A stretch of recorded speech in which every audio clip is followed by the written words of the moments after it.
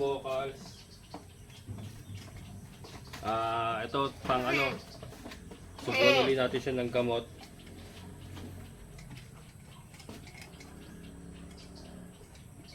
Kaya lang mga ka-vocals, mukhang ano,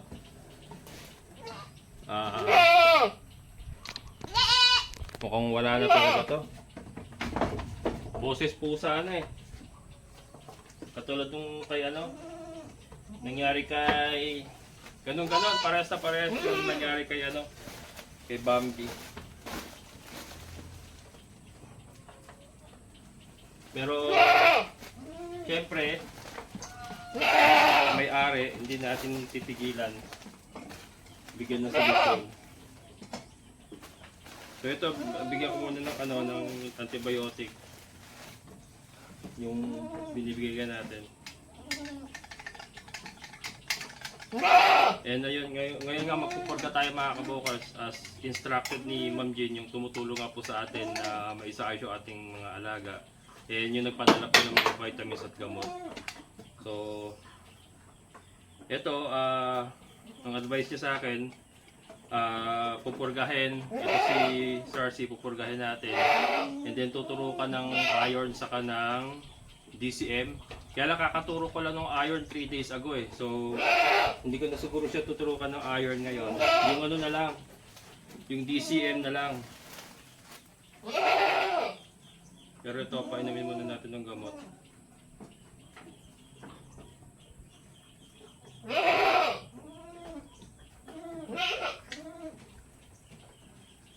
Parang ano, yung nga sabi ko kahit anong gawin, kahit anong gamot, vitamin saksak, hindi mapigilan yung pag-deteriorate nung ano nila mga ka-vocals. Pagka ano, kasi vitamins, B12, nagsaksak na tayo, Norovit, antibiotic na injectable, tas ito oral, iron. Kaya lang ano, hindi mapigilan talaga yung pag-deteriorate niya. Ngayon hindi na talaga totally hindi na makatayo mga ka-vocals. Eh ano na, boses pusa. Ibig sabihin mahina na yung boses niya. Para sa akin gano'n eh. Dire-diretso na to. Pero nga, ayoko masyado stress yung sarili ko. Mamatay siya kung mamatay kasi dami ko na rin problema. May problema pa kayo partner. Pero syempre nga, hindi natin isinusuko yung laban sa kanya. Kaya lang kung mamatay siya, wala tayong magagawa. Ayoko na i-stress masyado yung sarili ko. At sobrang dami ng ano, marami na ako masyadong problema na iniisip. So, and hindi na siya hindi na siya nagtatay mga ka-vocals, wala nang pururot. Kaya lang yung deterioration ng katawan niya, tuloy.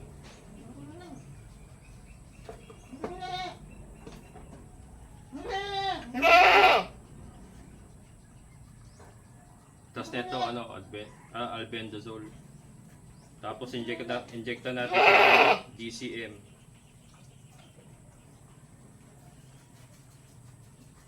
Vitamins B12, nakadalawang dose na nga siya eh. Dalawang turok siya eh.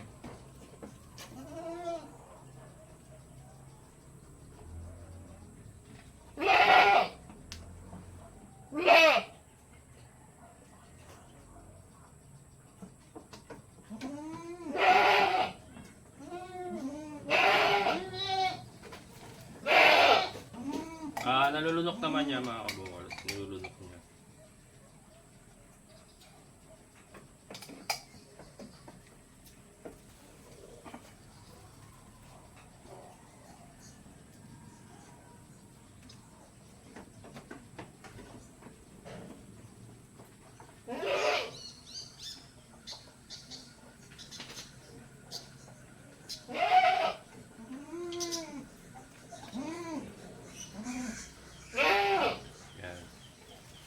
Tapos, bigyan natin siya ng albendazole, 2 ml.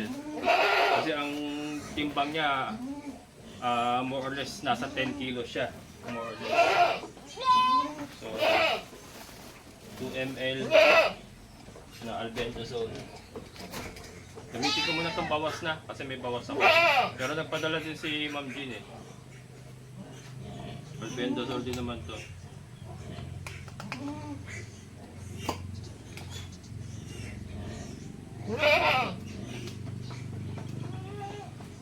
2 ml.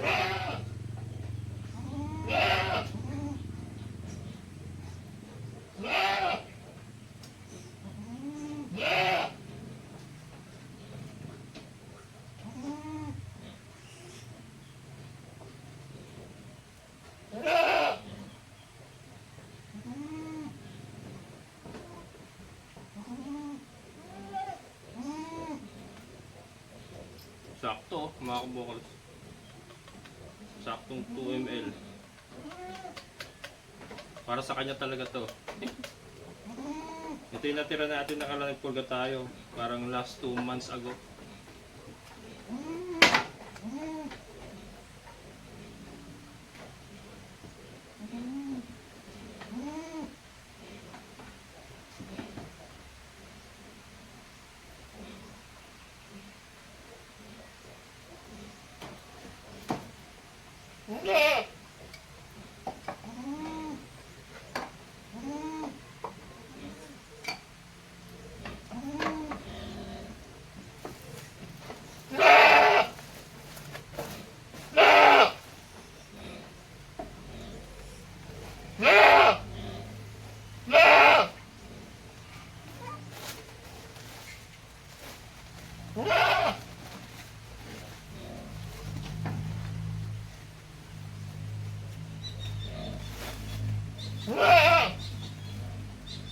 Ayan, albendazole mga kabukal.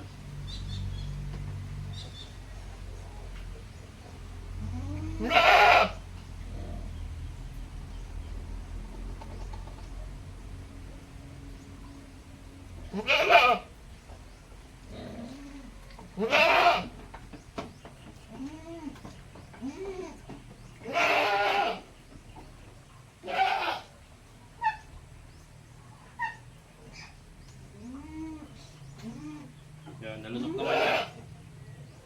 Nalunok ko.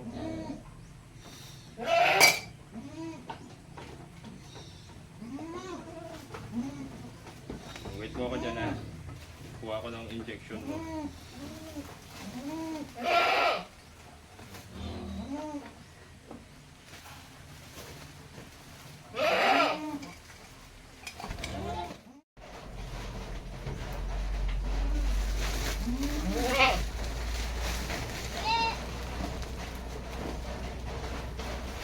Yan mga kabukals, DCM.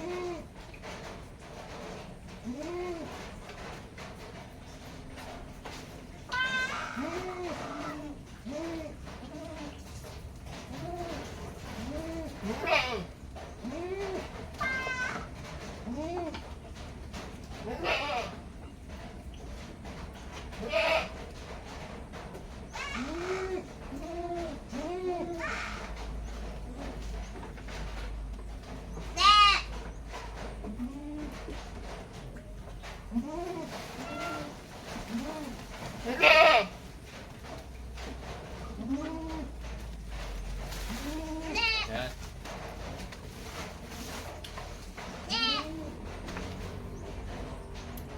So isusulok ko na lang muna mga kabukals para hindi siya magalaw-galaw. Doon sa sulok natin siya lalagay.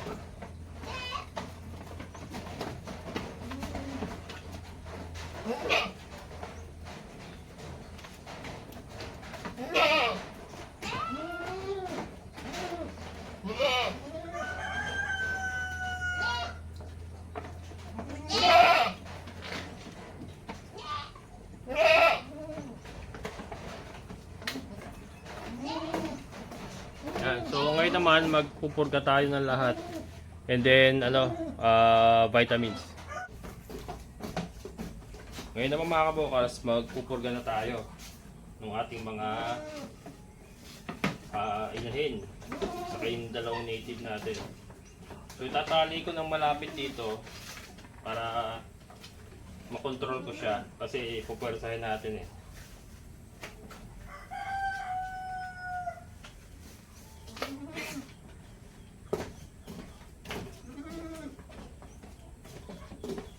Ito mga kabokals, albendazole. Yan, maraming salamat kay Ma'am Jean. At pinadala po tayo ng mga gamot sa kanang ito nga pampurga. Yan mga kabokals.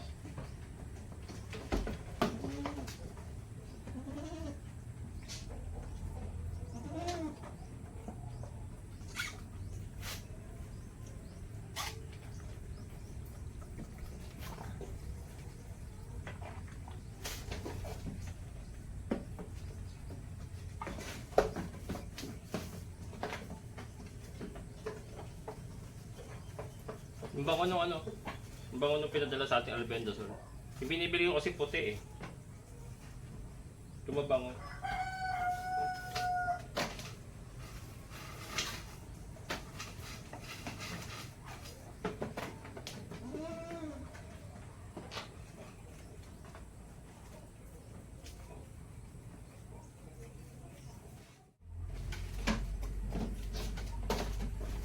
Yan, ito nagtatay na naman mga kabokals. Itong si Bambi. Yan po. Kaya sakto-sakto magpupurga tayo.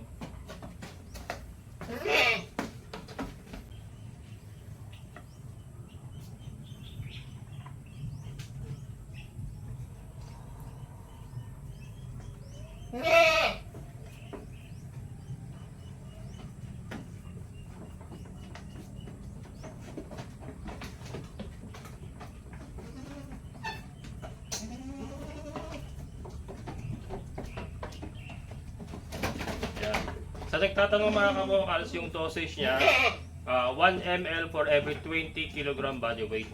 So ano nyo na lang, tatansyahin nyo na lang or titimbangin nyo yung kambing kung kayo magpupurga.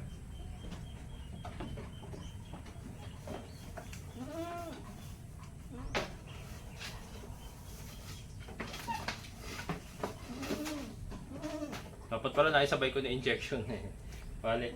Hindi ko pa kasi na-extract eh. Kaya ano lang. Para isang talian na lang pala.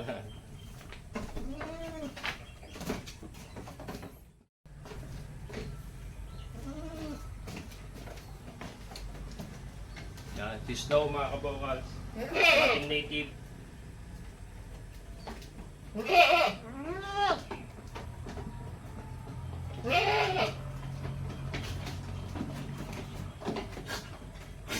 Wah, lastik ka.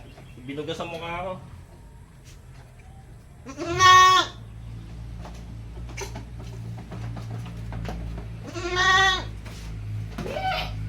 Masok sa mata ko mga kabokals.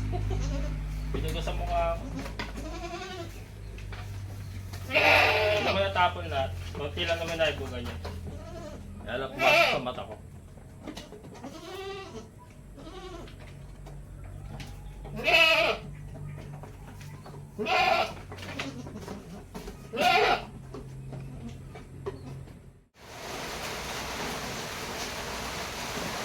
Yan, si Paloma naman.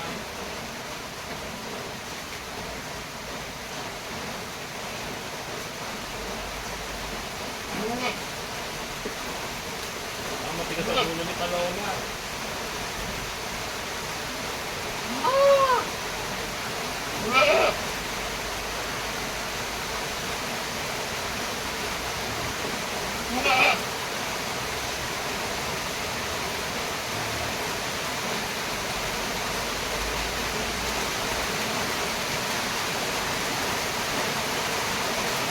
Wala na naman mga kabokals.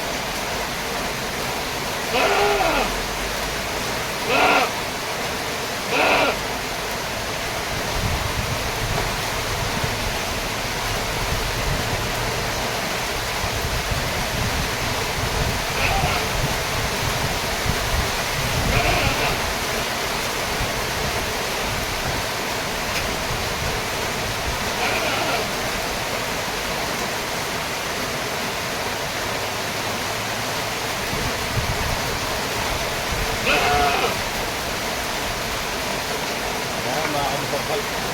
Dagol niya.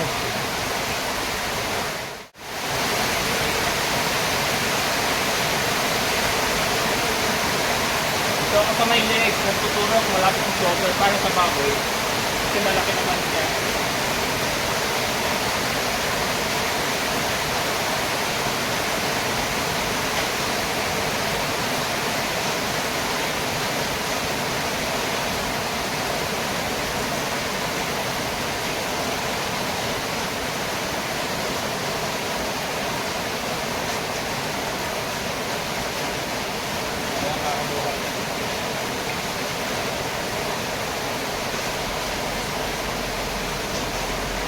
Bali mo natin yung tubo yan, no?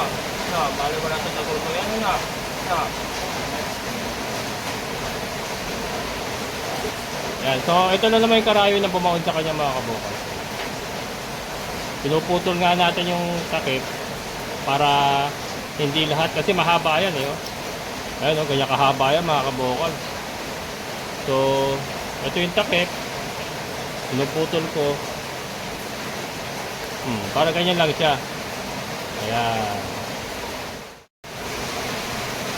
Ayan mga kabukal. So pwede rin sa taya, sa likod ng tay. Ito, gawin natin. Si Dagol kasi malakas sa loob ko sa leg kasi makapal ang leg ni Dagol.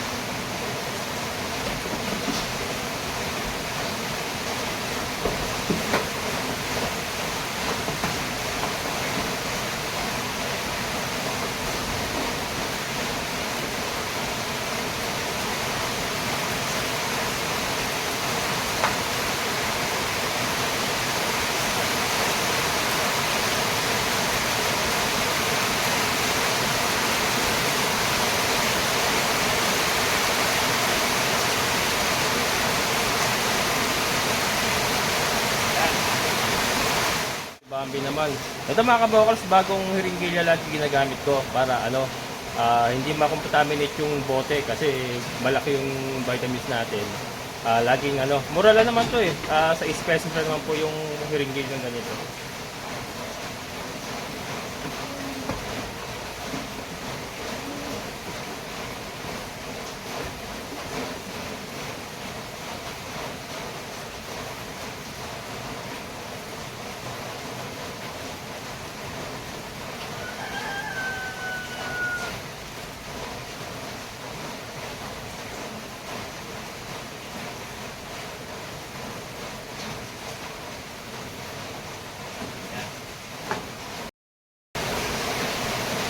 Ayan mga kabukal. So pwede rin sa taya, sa likod ng tay. Ito, gawin natin. Si Dagol kasi malakas sa loob ko sa leg kasi makapal ang leg ni Dagol.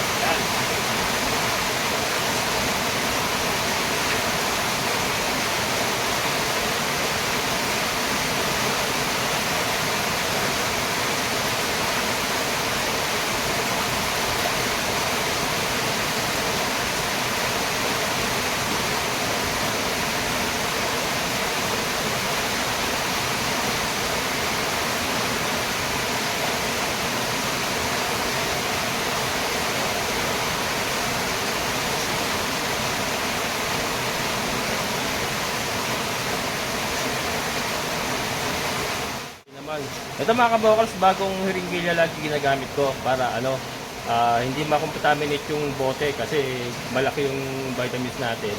Laging mura lang naman to eh. Sa special naman po yung hiringgil ng ganito.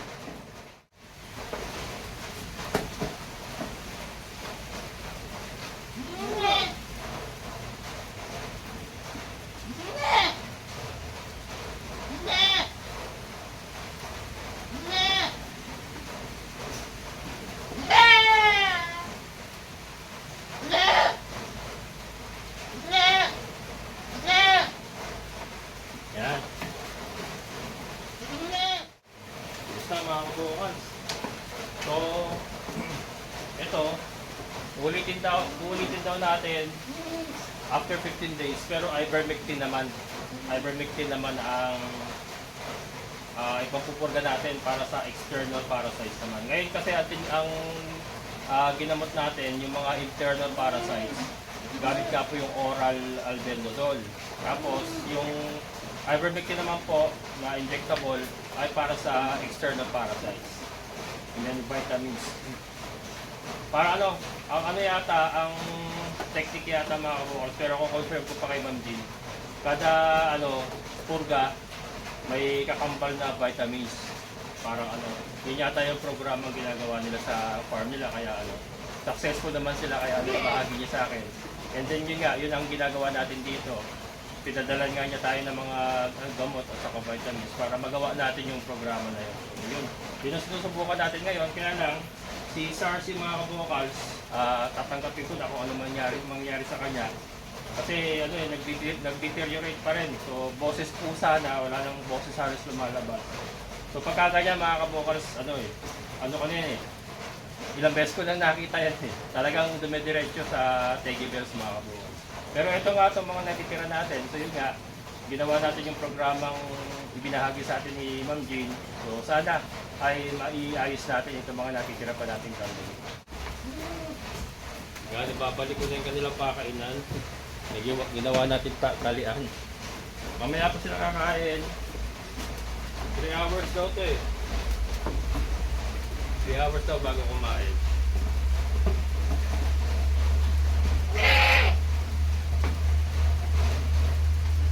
Yan. Ready ko lang para mamaya pag nagbigay akong damo.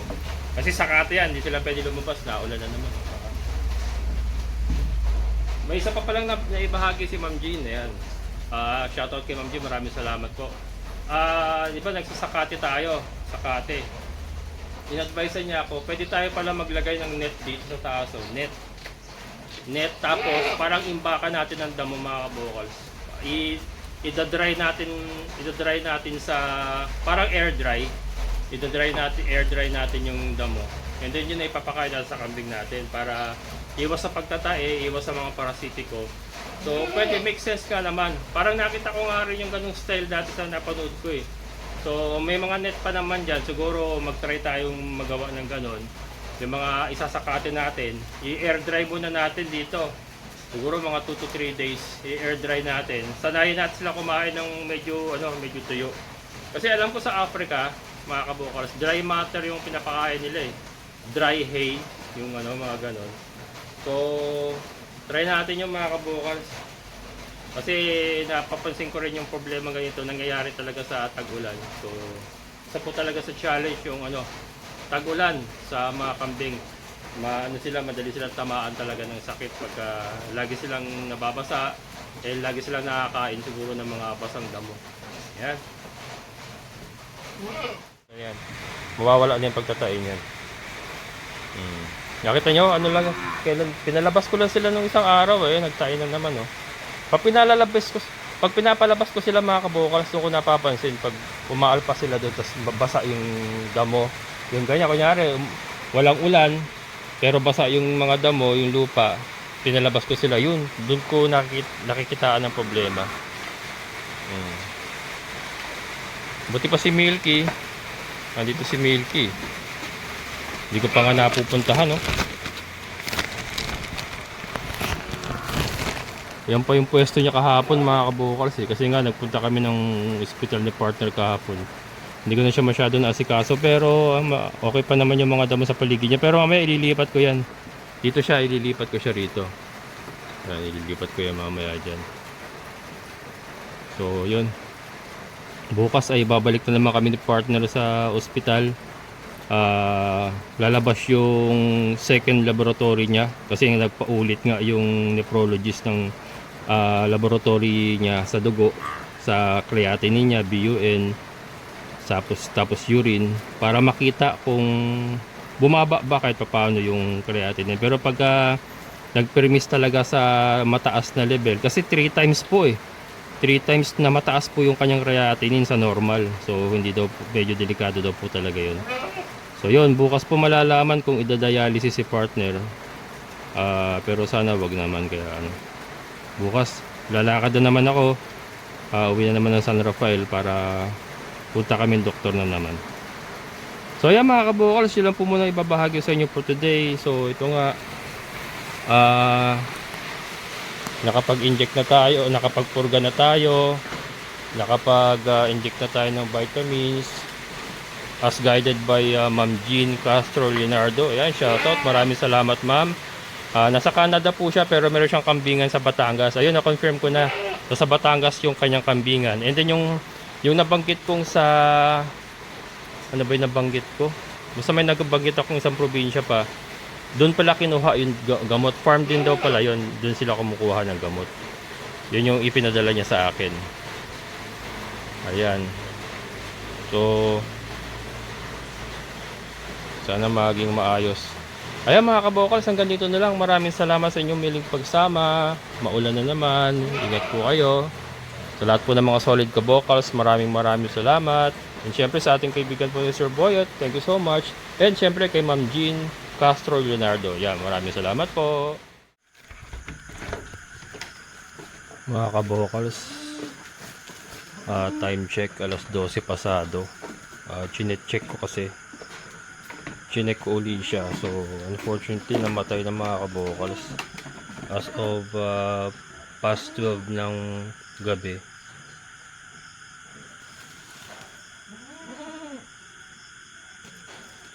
Kala ko humihinga pa.